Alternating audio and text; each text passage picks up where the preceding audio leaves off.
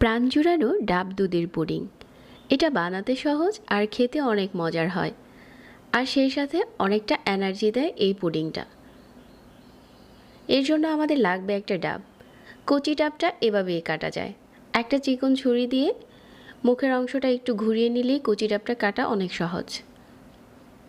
এখন এই ডাবের পানিটা ছেঁকে নিচ্ছি। ছেঁকে নেওয়া হয়ে গেলে এই ডাবের পানির উপরে দিয়ে দিচ্ছি আগার আগার পাউডার 1.5 চা চামচ। আমার এখানে 1.5 কাপের মতো পানি হয়েছে, আর আমি 1.5 চা চামচ আগার আগার পাউডার নিয়েছি, আর এটা আমি চা চামচ দিয়ে মেপে নিয়েছি। খুব ভালো করে আগার আগার পাউডারটা ডাবের পানির সাথে মিশিয়ে নিচ্ছি। সাথে দিয়ে দিচ্ছি 1/3 কাপ চিনি। চিনি যার যার স্বাদ অনুযায়ী, চাইলে এখানে চিনিটা স্কিপও করতে পারেন।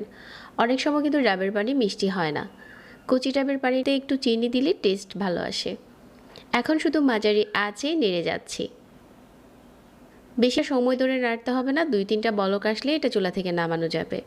তারপর এরকম একটা পরিষ্কার বাটিতে ঢেলে নিচ্ছি।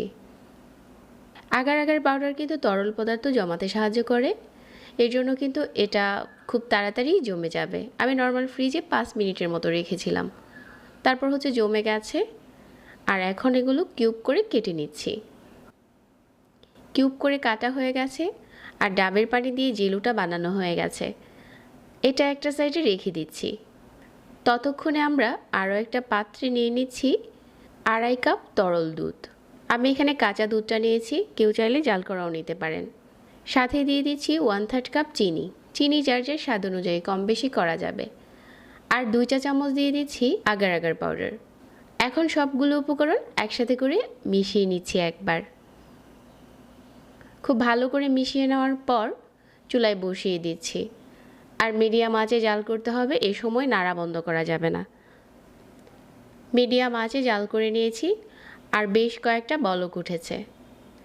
চুলাটাকে বন্ধ করে দিয়ে এই মিশ্রণটাকে পুরোপুরি ঠান্ডা করে নিতে হবে। এখন ফ্যানের বাতাসে দিয়ে এভাবে করে ঠান্ডা করে নিচ্ছি। অবশ্যই নেড়ে নেড়ে ঠান্ডা করতে হবে, তা না হলে কিন্তু এটা জমে যাবে। যখন এটা কুসুম গরম আছে, ঠিক এই পর্যায়ে যে বাটিতে আমরা পুডিংটা জমাবো, ওই বাটিতে যেই ডাবের জেলুগুলো বানিয়েছিলাম এগুলো দিয়ে দিচ্ছি প্রথমে। তারপর দুধের মিশ্রণটা দিয়ে দিলাম, আর উপরে আরও কিছু জেলু দিয়ে দিচ্ছি। আর ডাবের পানি দিয়ে বানানো এই জেলুগুলো খেতে অনেক টেস্টি হয়। এখন এটা নর্মাল ফ্রিজে 5 মিনিট রেখে দিলেই খুব ভালো করে জমে যাবে। এখন সাইড থেকে কিছুটা আলগা করে নিচ্ছি। তারপর ঢেলে নিচ্ছি। আর এখন আপনার পছন্দ মতো স্লাইস করে কেটে নিতে পারেন। এটা কিউব করে কাটলেও দেখতে দারুণ লাগে। আমি প্রথমে স্লাইস করে কেটে নিচ্ছি। এই পুডিংটা বানাতে একদম সহজ আর খেতে অনেক মজার। আর সারাদিন রোজা রাখার পর এরকম একটা পুডিং অনেক এনার্জি দেয়।